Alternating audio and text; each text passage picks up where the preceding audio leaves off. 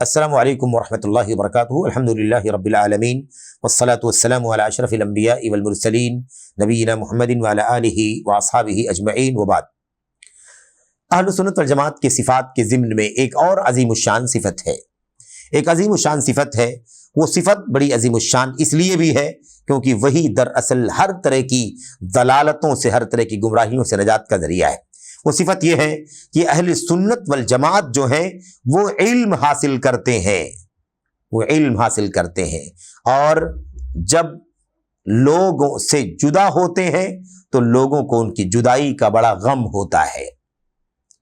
اہل سنت علم حاصل کرتے ہیں، قرآن کا، سنت کا علم حاصل کرتے ہیں، اللہ تبارک و تعالیٰ کی وحی کا علم حاصل کرتے ہیں، اور اس قدر ان کا مقام لوگوں کے دلوں میں ہوتا ہے کہ اگر ان کی موت ہو جائے تو ان کی موت اور ان کی جدائی کسی کو برداشت نہیں ہوتی ہے، بلکہ لوگ ان کے کھو جانے سے، ان کے جدا ہو جانے سے روتے ہیں، رنجیدہ ہوتے ہیں، غمگین ہوتے ہیں۔ یہ ہے اہل سنت والجماعت کی ایک صفت۔ یاد رکھیں، اہل سنت کون ہے؟ اہل سنت وہ ہیں جو علم حاصل کرتے ہیں۔ اللہ کے نبی صلی اللہ علیہ وسلم کی وہ مشہور روایت ہے، آپ اسے ہمیشہ یاد رکھیں۔ اللہ کے نبی نے فرمایا تھا، سَيَحْمِلُ هَذَا الْعِلْمَ مِنْ كُلِّ خَلَفٍ عُدُولُهُ يَنْفُونَ عَنْهُ تَحْرِيفَ الْغَالِينَ وَانْتِحَالَ الْمُبْطِلِينَ وَتَأْوِيلَ الْجَاهِلِينَ۔ اللہ کے نبی علیہ السلام نے فرمایا تھا، ہر بعد والوں میں سے، من کل خلف، ہر بعد کے لوگوں میں سے جو سب سے زیادہ عدل پرور ہوں گے، اعتدال کی راہ پر چلنے والے ہوں گے، عدول ہوں گے، ایسے لوگ اس کتاب کا، سنت کا علم حاصل کریں گے، سچے دین کا علم حاصل کریں گے، کتاب و سنت کا علم حاصل کرنے والے۔ ظاہر سی بات ہے میرے بھائیوں، اللہ کے نبی صلی اللہ علیہ وسلم کے صحابہ نے کتاب و سنت کا علم حاصل کیا، اور پھر ان کے بعد جو عدول لوگ تھے وہ تابعین تھے جنہوں نے اسی راستے پر چل کر کے علم حاصل کیا۔ ان کے بعد جو عدول تھے تبع تابعین، ان لوگوں نے اسی راستے پر چل کر کے علم حاصل کیا۔ ان کے بعد جو لوگ تھے وہ حضرات ائمہ محدثین ہیں، امت کے فقہاء ہیں جنہوں نے اس کا علم حاصل کیا۔ تو یہ اہل سنت والجماعت کی پہچان ہے میرے بھائیوں۔ آج تو کتاب و سنت کا علم حاصل کرنے والوں کو بہت گری ہوئی نظروں سے دیکھا جاتا ہے، دقیانوس ہے، پرانا ہے، اور فرسودہ علم حاصل کر رہا ہے، اس طرح کے تانے دیے جاتے ہیں۔ یاد رکھو، کتاب و سنت کا علم حاصل کرنا دراصل اہل سنت والجماعت کی صفات میں سے ایک عظیم الشان صفت ہے، اور اسی وجہ سے کہ جب وہ علم حاصل کرتے ہیں، سب سے زیادہ ستھرا اور نتھرا علم جو قرآن کا، سنت کا علم ہے، اس علم کو جب وہ حاصل کرتے ہیں تو پھر ان کی ذمہ داری آگے کیا ہو جاتی ہے؟ وہ اس کی روشنی میں باطل پرستوں کے باطل کو، جاہلوں کی تعویل کو، اور غلو کرنے والوں کی کاٹ چھانٹ کو پورے طور پر نابود کر دیتے ہیں۔ کیا کرتے ہیں وہ؟ سَيَحْمِلُ هَذَا الْعِلْمَ مِنْ كُلِّ خَلَفٍ عُدُولُهُ يَنْفُونَ عَنْهُ تَحْرِيفَ الْغَالِينَ۔ غلو کرنے والوں کی تحریف کو کیا کرتے ہیں؟ وہ ختم کر دیتے ہیں۔ وَانْتِحَالَ الْمُبْطِلِينَ، باطل پرستوں کے جو نئے نئے راستے ہیں اسے بھی وہ کیا کرتے ہیں؟ اسے بھی ختم کر دیتے ہیں۔ وَتَأْوِيلَ الْجَاهِلِينَ، جاہلوں کی تعویل ختم کرتے ہیں۔ اب اتنی بڑی سعادت جن کے پاس اللہ تبارک و تعالیٰ نے رکھی ہے، جب ان کی موت ہوتی ہے تو لوگوں کے دلوں میں رنج ہوتا ہے۔ کن کے دلوں میں؟ جو سنت کی راہ کے راہی ہیں، جو سنت کے متلاشی ہیں، جو اہل سنت کے سے محبت کرنے والے ہیں، ایسے لوگوں کو ان کی جدائی کا بڑا غم ہوتا ہے۔ میرے بھائیوں، یاد رکھیں، یہاں پر علامہ ابن سیرین رحمۃ اللہ علیہ، یا امام ابن سیرین رحمۃ اللہ علیہ جو تابعی ہیں، ہے نا، محمد بن سیرین رحمۃ اللہ علیہ فرماتے ہیں، لم يكونوا يسألون عن الاسناد فلما وقعت الفتنة قالوا سموا لنا رجالكم فينظر الى اهل السنة فيؤخذ حديثهم وينظر الى اهل البدع فلا يؤخذ حديثهم۔ یہ بڑی مشہور میرے بھائیوں روایت ہے، بڑا مشہور واقعہ ہے۔ دیکھیں تو اہل سنت والجماعت کا کام کیا ہے؟ اہل سنت علم حاصل کرتے ہیں، اور لوگوں کو ان کی جدائی کا غم ہوتا ہے۔ محسوس کریں، امام ابن سیرین رحمۃ اللہ علیہ فرماتے ہیں کہ لوگ سند کے بارے میں نہیں پوچھا کرتے تھے، پہلے شروع میں کیا معاملہ تھا؟ صحابہ کے دور میں، صحابہ کرام کے بعد تابعین کے دور میں، جب تک حالات اچھے تھے تب تک لوگ سند کے بارے میں سوال نہیں کرتے تھے۔ فلما وقعت الفتنہ، لیکن جب فتنہ واقع ہو گیا، فتنہ واقع ہو گیا، کون سا فتنہ؟ اس فتنے سے مراد بڑی تعداد ائمہ محدثین کی کہتی ہے اس سے مراد حضرت عثمان غنی رضی اللہ تعالیٰ عنہ کی شہادت ہے۔ شہادت عثمان رضی اللہ تعالیٰ عنہ بہت بڑا فتنہ ہے، امت کے فتنوں میں سے ایک فتنہ ہے میرے بھائیوں۔ اور اگر کوئی سیرت عثمان کو پڑھے رضی اللہ تعالیٰ عنہ، خاص طور پر ان کی شہادت کے اس پورے پس منظر کو پڑھے، اسے اندازہ ہوگا کہ کس قدر سنگین قسم کا فتنہ تھا۔ ہمارے استاد گرامی ڈاکٹر محمد بن عبداللہ الصبحی المدنی الغبان حافظہ اللہ، جو مدینہ یونیورسٹی میں کلیۃ الدعوہ کے استاذ ہیں، انہوں نے 2 جلدوں میں کتاب لکھی ہے فتنۃ مقتل عثمان، فتنۃ مقتل عثمان، شہادت عثمان کا فتنہ۔ تو فتنے سے مراد کیا ہے؟ فتنے سے مراد عثمان غنی رضی اللہ تعالیٰ عنہ کی شہادت کا جاں کا واقعہ ہے۔ تو کیا کہا جب فتنہ واقع ہوا، قالوا سموا لنا رجالکم، تو کہنے لگے اپنے راویوں کے نام بتاؤ، ہمیں راویوں کے نام بتاؤ۔ دیکھا آپ نے، ہو گئی نا بات۔ اہل سنت کیا کرتے ہیں؟ علم حاصل کرتے ہیں، اور علم حاصل کرنے کے بعد باطل پرستوں کی باطل تعویل سے، جاہلوں کی تعویل سے، تحریفات سے، اور ایسے ہی جو لوگ اس کے اندر تراش خراش کرتے ہیں، غلو کرتے ہیں، ہے نا، غلوکاروں کی تحریف، باطل پرستوں کی تراش خراش، اور ایسے جاہلوں کی تعویل، اس کا خاتمہ کرتے ہیں۔ خاتمہ کیا کہ نہیں کیا؟ جب فتنہ واقع ہو گیا اور یہ خارجی، فسادی، دنگائی، اور جن کو کیا کہا جاتا تھا میرے بھائیوں، لوگ کہتے ہیں، آج بھی کہتے ہیں، بلوائی، یعنی بلوے پیدا کرنے والے، ان بلوائیوں، دنگائیوں، خارجیوں، فسادیوں کا جب فتنہ پیدا ہو گیا، ان لوگوں نے عثمان غنی رضی اللہ تعالیٰ عنہ کو، خلیفہ راشد سوم کو، جب بڑی بربریت کے ساتھ ان کے گھر میں شہید کر دیا، تو یہ پتا چلا کہ اب امت کے اندر انحرافات پیدا ہونے لگے ہیں۔ ایسے لوگ بھی پیدا ہو گئے ہیں جو سنت کی راستے سے ہٹ گئے ہیں اور گمراہی کے راستے پر چل رہے ہیں۔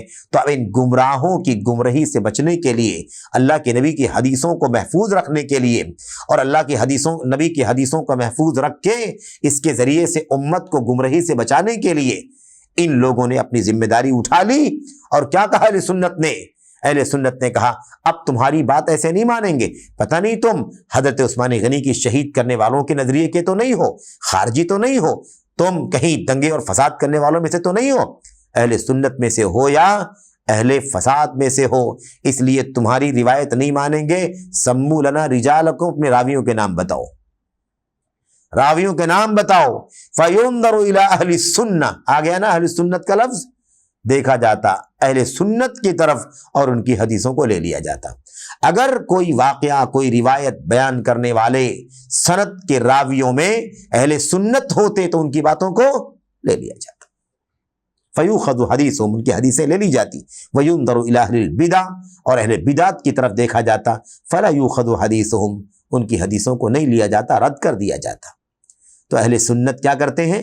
اہل سنت علم حاصل کرتے ہیں، خالص علم، ستھرا علم، ایک دم کتاب و سنت کا اور حق کا علم حاصل کرتے ہیں، اور اس کے نتیجے میں باطل پرستوں کے خلاف سارے پروپیگنڈے جو کرتے ہیں اس کو، جاہلوں کی تعویلات جو ہیں وہ، اور ایسے ہی غلوکاروں کا غلو، ان تمام کو دور کرتے ہیں، امت کو ان کی فتنوں سے بچاتے ہیں۔ اسی لیے یہ بتایا، اور ایک آدمی کا کام نہیں ہے، کہتے ہیں یہ معاملہ ہو گیا کہ پہلے لوگ سندوں کے بارے میں نہیں پوچھتے تھے کیونکہ سچائیاں تھیں، دل صاف تھے، سب سنت کی راہ پر چلنے والے تھے، لیکن جب سے یہ مسئلہ پیدا ہوا شہادت عثمان کا، لوگوں نے سمجھ لیا کہ بھائی بس کرو، اب امت کے اندر ایک راستے پر چلنے والے لوگ نہیں رہ گئے، کچھ ایسے بھی لوگ ہیں جو اہل سنت سے باہر نکل چکے ہیں، اس لیے ان کی باتوں کو نہیں ماننا۔ اب ان کی باتوں سے بچانے کے لیے سند کو کنفرم کرنا، یہ امت کے ساتھ کتنی بڑی خیر خواہی ہے جو اہل سنت کیا کرتے تھے۔